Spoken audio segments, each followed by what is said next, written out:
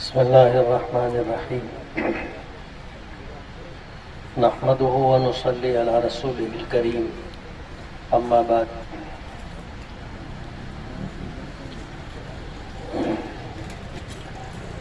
قال النبی صلی اللہ علیہ وسلم من بنا للہ مسجدا بنى اللہ له بیتا فی الجنہ او کما قال علیہ الصلاۃ والسلام۔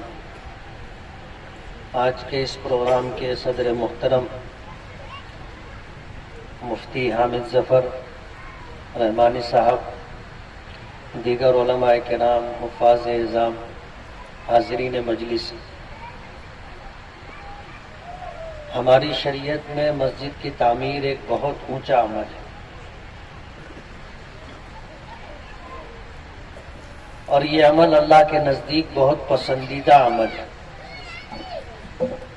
وجہ اس کی یہ ہے کہ یہ عمل اللہ کے گھر کی تعمیر ہے۔ ہمارا گھر ہے، اگر کوئی ہمیں بنا کر کے دے گا، ہمارا گھر بنانے میں ہماری مدد کرے گا، ہمارا تعاون کرے گا، تو ہمیں کتنی خوشی ہوگی۔ اللہ تعالیٰ بے نیاز ہے، کائنات میں کسی مخلوق کا محتاج نہیں ہے۔ بلا شرکت غیرے اس پوری کائنات کا نظام اللہ پاک چلاتے ہیں، اور اس کائنات کے نظام کے چلانے میں اللہ تعالیٰ کو کسی قسم کی تھکن نہیں ہوتی۔ بغیر کسی تکان اور بغیر کسی تعب کے اللہ پاک اس کائنات کے نظام کو چلاتے ہیں، اور ہم سب کا اس بات پر ایمان ہے کہ ہمارے پیغمبر نے ہمیں اس بات کی خبر دی کہ اللہ تعالیٰ نے یہ کائنات بنائی، 5-6 دنوں میں یہ پوری کائنات اللہ پاک نے بنائی۔ اس میں اللہ تعالیٰ کی کیا حکمت و مصلحت تھی اللہ بہتر جانتے۔ سنیچر کا دن ایسا دن تھا جس دن اللہ نے ہفتے کے 7 دنوں میں سے ایک دن، جس دن سنیچر کا دن ہوتا ہے، اس دن کائنات کے اس نظام کو بنانے میں اللہ نے سنیچر کے دن کا حصہ نہیں رکھا تھا۔ یہی وجہ ہے کہ یہودی ایسا کہتے ہیں کہ اللہ تعالیٰ نے 6 دن میں کائنات بنائی، یہ دنیا بنائی، تمام مخلوقات کو پیدا کیا، تو سنیچر کو اللہ نے آرام کیا۔ اس لیے ان کے نزدیک سنیچر کا دن ہفتے کے دنوں میں سب سے افضل دن ہے۔ عیسائیوں کے نزدیک اتوار کا دن ہفتے کے دنوں میں افضل دن ہے۔ آج دنیا میں ان کی اکثریت ہے، اس کی وجہ سے پوری دنیا کا نظام جو بنا ہوا ہے کہ وہ اتوار کے دن چھٹی رہے گی۔ سنیچر کا دن یہودیوں کے نزدیک افضل ہے، عیسائیوں کے نزدیک اتوار کا دن افضل ہے۔ ہمارے یہاں شریعت محمدیہ میں جمعہ کا دن افضل ہے، اور ہمارے آقا نے اس بات کی ہم کو خبر دی کہ یہی دن اللہ کے نزدیک ہفتے کے دنوں میں سب سے افضل ہے۔ اس کا انتخاب بھی مسلمانوں نے باہمی مشورے سے کیا تھا۔ ایک حدیث میں آتا ہے، نبی کریم صلی اللہ علیہ وسلم نے خبر دی کہ ہم آئے تو سب کے بعد یہودی پہلے آئے، پھر عیسائی آئے، پھر ہم آئے، ہمارے بعد کوئی امت نہیں آئے گی، ہم سب سے اخیر میں آئے، لیکن اللہ نے ہم کو سب سے آگے رکھا کہ ہم جمعہ کے دن کو پسند کرتے ہیں، اللہ کے نزدیک بھی یہ پسندیدہ دن ہے۔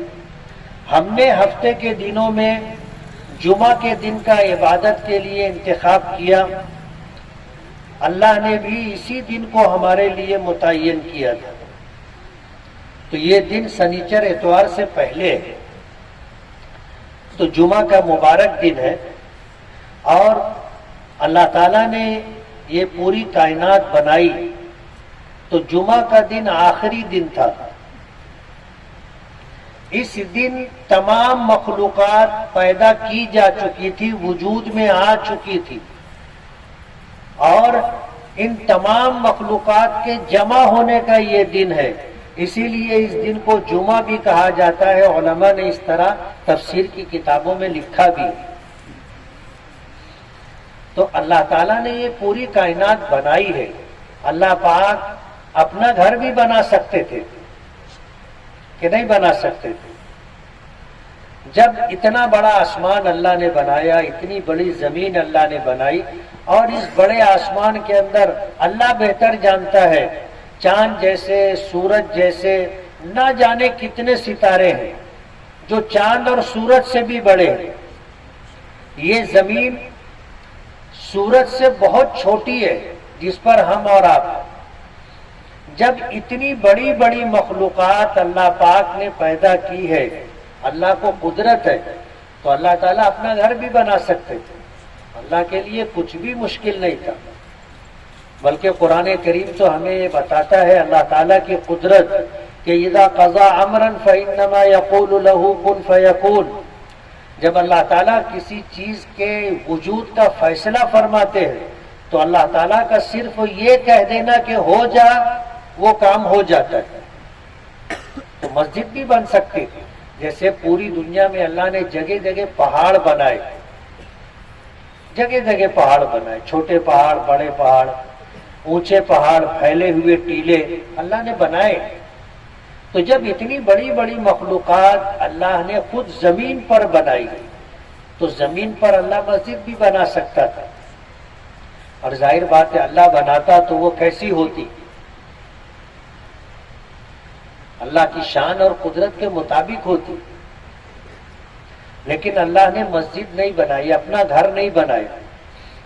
صرف بیت اللہ کے متعلق یہ بات آتی ہے، کعبۃ اللہ کے متعلق یہ بات آتی ہے کہ سب سے پہلے کعبہ اللہ کے امر کن سے بنا تھا، پھر اس کے بعد حضرت فرشتوں نے بنایا، پھر حضرت آدم نے بنایا، اس طرح کی تاریخ ملتی ہے۔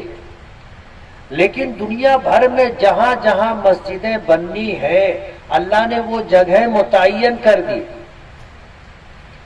ابھی میں نے پوچھا کہ مسجد کہاں بنے گی، بتایا کہ یہی پہیا ہے۔ تو میں نے پوچھا کہ یہ پہیا کب بنایا گیا؟ تو بولے ایسا ہی لیا گیا۔ اب ظاہر بات ہے یہ جگہ، یہ پلاٹ کسی کا تھا اور اس کا اپنا کچھ پروگرام ہوگا، اسی لیے اس نے اس پر تعمیری کام کیا کہ پہیا وغیرہ ڈالی۔ لیکن ہر چیز کا ایک مقدر ہوتا ہے، نصیب ہوتا ہے۔ زمین کے اس ٹکڑے کا، اس پلاٹ کا یہ نصیب تھا کہ یہاں پر اللہ کا گھر بنے گا۔ پہلے یہ خالی جگہ تھی، پھر کسی نے یہ جگہ خریدی، خریدنے کے بعد جو ہے پھر اس کا لے آؤٹ کیا، لے آؤٹ کرنے کے بعد گنشیتی کرنے کے بعد پلاٹ گرا کر کے بیچا۔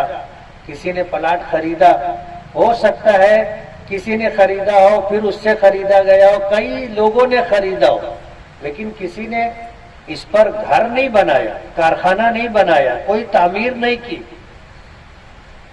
اس زمین کے اس ٹکڑے کا نصیب تھا کہ یہاں اللہ کا گھر بنے گا۔ پھر کسی نے اس پلاٹ کو خریدا مسجد کے لیے، مسجد کو وقف کر دیا۔ اب یہاں پر انشاءاللہ مسجد تعمیر ہوگی۔ تو یہ زمین کا، اس ٹکڑے کا یہ نصیب تھا کہ یہاں اللہ کا گھر بنے گا۔ اور بھی دنیا بھر میں جہاں جہاں مسجدیں بننی ہے وہاں وہاں فیصلہ اللہ پاک کا نافذ ہے۔ ایسا بھی ہوتا ہے کہ کہیں گھر بن چکا ہو، بعد میں پھر اس پہ مسجد بنتی، ایسا بھی ہوتا ہے۔ اور یہ ہے کہ ایک مرتبہ جہاں مسجد بنی اور اسے مسجد شرعی کی حیثیت حاصل ہو گئی، پھر قیامت تک وہ جگہ شرعی طور پر مسجد ہی رہے گی، اس کی حیثیت کو بدلا نہیں جا سکتا، نہ اسے کوئی خرید سکتا ہے نہ اسے کوئی بیچ سکتا ہے۔ جب یہ جگہ وقف کر دی گئی تب یہ انسانوں کی ملکیت سے نکل کر کے اللہ پاک کی ملکیت میں چلی گئی۔ اب ظاہر بات ہے اللہ پاک تو کوئی چیز بیچتے نہیں ہے، اللہ پاک کوئی چیز بیچتے نہیں ہے، کہ اللہ پاک پھر یہ زمین کا ٹکڑا بیچیں گے کہ چلو کوئی خریدو، اور خریدو پھر کیا بنانے کا بناؤ، ایسا نہیں۔ ہاں اللہ خریدتے ہیں، قرآن کریم میں ہے ان اللہ اشترى من المؤمنین انفسهم واموالهم بان لهم الجنہ، اللہ تعالیٰ نے ایمان والوں سے ان کی جان اور ان کے اموال کو جنت کے بدلے میں خرید لیا ہے۔ اب ظاہر بات ہے یہ پلاٹ کسی کی ملکیت تھی، جب انہوں نے اپنے پیسوں سے خریدی اور اسے اللہ کے لیے وقف کر دیا تو ظاہر بات ہے جب یہاں اللہ کا گھر بنے گا تب یہ اللہ کی ملکیت میں چلا جائے گا، اور قیامت تک انشاءاللہ مسجد رہے گا اور لوگوں کے سجدوں سے انشاءاللہ آباد بھی رہے گا۔ بہت کم ایسا ہوتا ہے کہ مسجدوں کو ظلماً چھین لیا جائے اور اس پر اللہ کا گھر ختم کر کے کچھ اور بنا دیا جائے، ایسا شاذ و نادر ہوتا ہے، جیسے بابری مسجد کے متعلق ہوا۔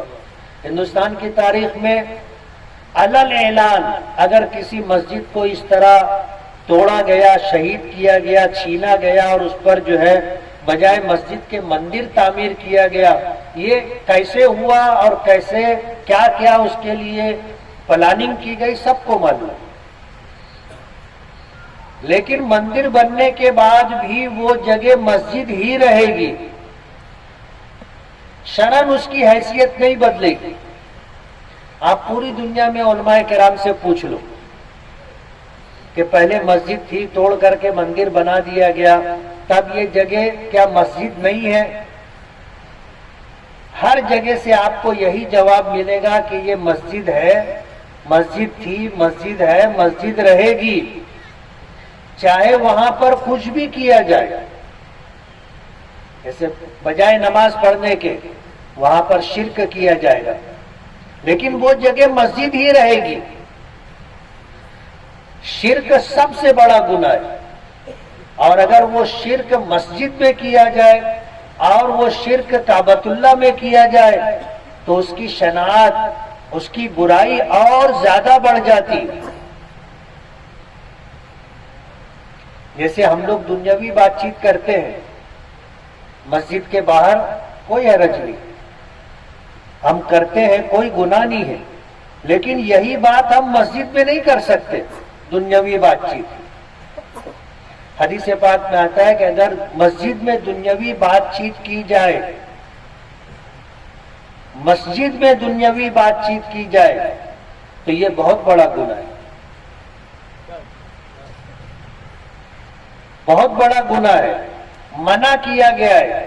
حتیٰ کہ معتکف کو ضرورتاً اس کی اجازت دی گئی ہے کہ اگر کوئی مسجد میں معتکف ہے، اعتکاف کی نیت کے ساتھ ٹھہرا ہے تو ضرورت کے بقدر بات کر سکتا ہے دنیاوی، ورنہ دنیاوی بات چیت کی مسجد میں اجازت نہیں ہے۔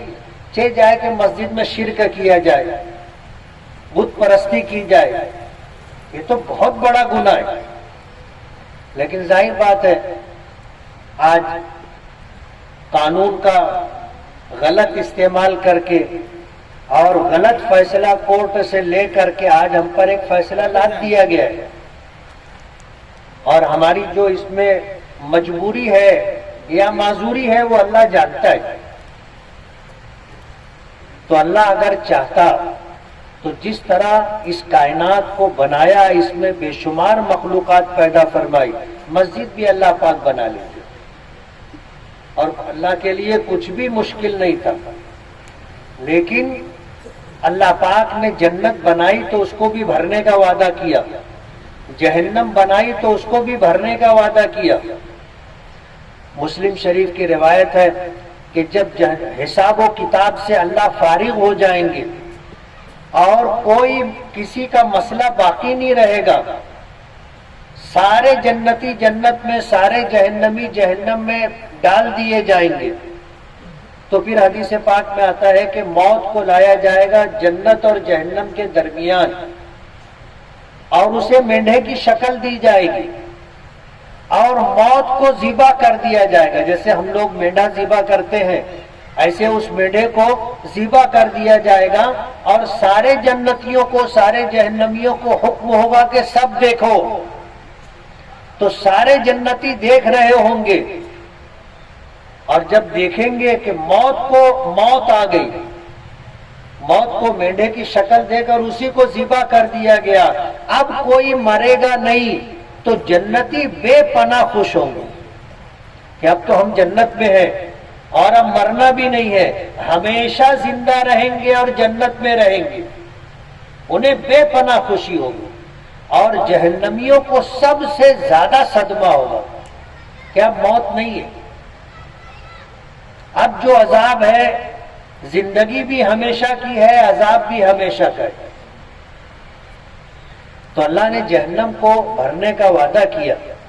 سب کے حساب و کتاب سے فارغ ہونے کے بعد جہنم سے اللہ پاک پوچھیں گے، قرآن کریم میں ہے یوم نقول لجہنم، اللہ پاک فرماتے ہیں کہ اس دن ہم جہنم سے کہیں گے حل امتلأتی، کیا تو بھر گئی؟ تو جہنم جواب دے گی حل من مزید، میں ابھی بھری نہیں ہوں، جگہ بہت خالی ہے، بھیجو اور لوگوں کو۔ اور اللہ کا وعدہ ہے جہنم کو بھرنے کا۔ حدیث پاک میں آتا ہے کہ جہنم کیسے بھرے گی، اللہ پاک اپنا قدم رکھ دیں گے جہنم میں، جہنم بھر جائے گی اور چرچرانے لگے گی۔ حدیث کے الفاظ ہیں جہنم سے آواز آئے گی قط قط قط، جیسے چارپائی پر اس کی طاقت سے زیادہ بوجھ ڈال دیا جائے تو وہ بھی چرچرانے لگتی ہے، آواز دینے لگتی ہے۔ اسی طرح جہنم آواز دے گی کہ بس بس بھر گئی۔ جنت کو بھی اللہ پاک بھریں گے، اور جنت کو بھرنے کے لیے جو سلسلہ شروع ہوگا، عجیب و غریب تفصیل ہے اس کی، موقع نہیں ہے اس کو بیان کرنے کا کہ اللہ پاک جنت کو کیسے بھریں گے۔ ہوتے ہوتے یہاں تک آئے گا کہ اگر کوئی بیمار ہوگا، دنیا میں تم نے اس کی عیادت کی، کل قیامت میں اللہ کی بارگاہ میں کھڑا ہوگا، کہے گا میں بیمار تھا، یہ مجھے دیکھنے آیا تھا، اس کے حق میں میری سفارش قبول کر لو، اللہ قبول کر لیں گے۔ ایک بیمار کی عیادت پر اللہ جنت دے دیں گے، ایک ضرورت مند کو کپڑا پہنانے پر اللہ جنت دے دیں گے، ایک پریشان حال کی پریشانی دور کرنے پر اللہ جنت دے دیں گے، ایسے معمولی معمولی اعمال پر۔ جنت کی تعمیر بھی انہی اسباب میں سے ایک سبب ہے کہ جو لوگ دنیا میں مسجد بنائیں گے اللہ ان کو جنت میں ٹھکانہ دے گا۔ حضرت عثمان غنی رضی اللہ تعالیٰ عنہ کی روایت ہے کہ جو شخص اللہ کو راضی کرنے کے لیے مسجد بنائے گا، تعمیر کرے گا، اللہ تعالیٰ جنت میں اس کا ٹھکانہ رکھے گا۔ تو انتہائی اونچا عمل ہے، اور جنت میں جانے کا انتہائی مؤثر اور یقینی عمل ہے۔ شرط یہ ہے کہ مسجد کی تعمیر میں دکھاوا، نام و نمود، شہرت کا جذبہ، ریاکاری نہ ہو۔ اللہ کو راضی کرنے کے لیے مسجد کی تعمیر میں حصہ لیا گیا ہو۔ اللہ تعالیٰ کا وعدہ ہے، ہمارے نبی نے خبر دی ہے کہ اللہ تعالیٰ اسے جنت میں محل عطا کرے گا۔ آج مسجد عاصمہ مرتضیٰ کا سنگ بنیاد کا یہ عمل ہے اور تقریب ہے۔ ایک مسلح کی قیمت 12,000 ہے، لاگت ایک مسلح کی لاگت اس کا اسٹیمیٹ 12,000 روپیہ ہے۔ اس کے بعد انہوں نے تفصیل دی ہے کہ ایک اسکوائر فٹ 1,500 روپیہ، اسٹیل 7,000 کلو لگے گا، 1 کلو کی قیمت 65 روپیہ، اینٹ 40,000 لگے گی، ایک اینٹ کی قیمت 7 روپیہ، کھڑی 20 براس لگے گی، ایک براس کی قیمت 2,500 روپیہ، سیمنٹ 1200 گونی لگے گی، ایک گونی کی قیمت 350 روپیہ، ریتی 50 براس، ایک براس کی قیمت 5,000 روپیہ، اور مزدوری تقریباً 9 لاکھ روپیہ، 10 لاکھ روپیہ مزدوری۔ ظاہر بات ہے کوئی ایک شخص مسجد نہیں بنائے گا۔ آج یہ پروگرام جو رکھا گیا ہے اس کی غرض و غایت ہی یہی ہے کہ مسجد کے اس نیک عمل میں جب اسے ٹیکم لگا کر کے آغاز کرنا ہے، ہم سبھی لوگوں کی شرکت ہو جائے۔ یہ عملی شرکت ہے. لیکن ظاہر بات ہے صرف ہمارے آ جانے سے مسجد بن جائے گی ایسا نہیں ہے.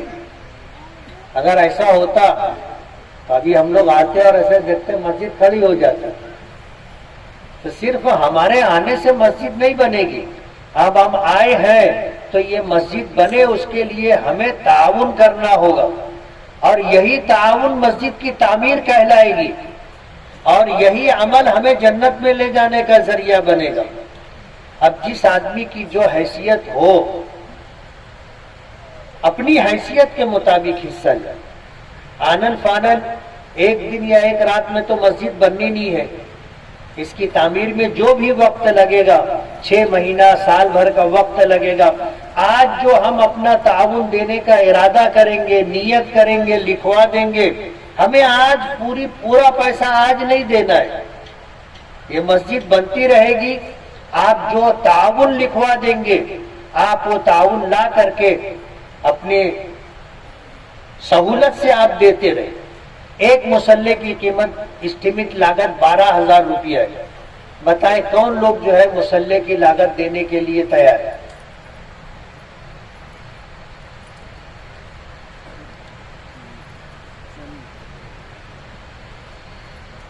بولو.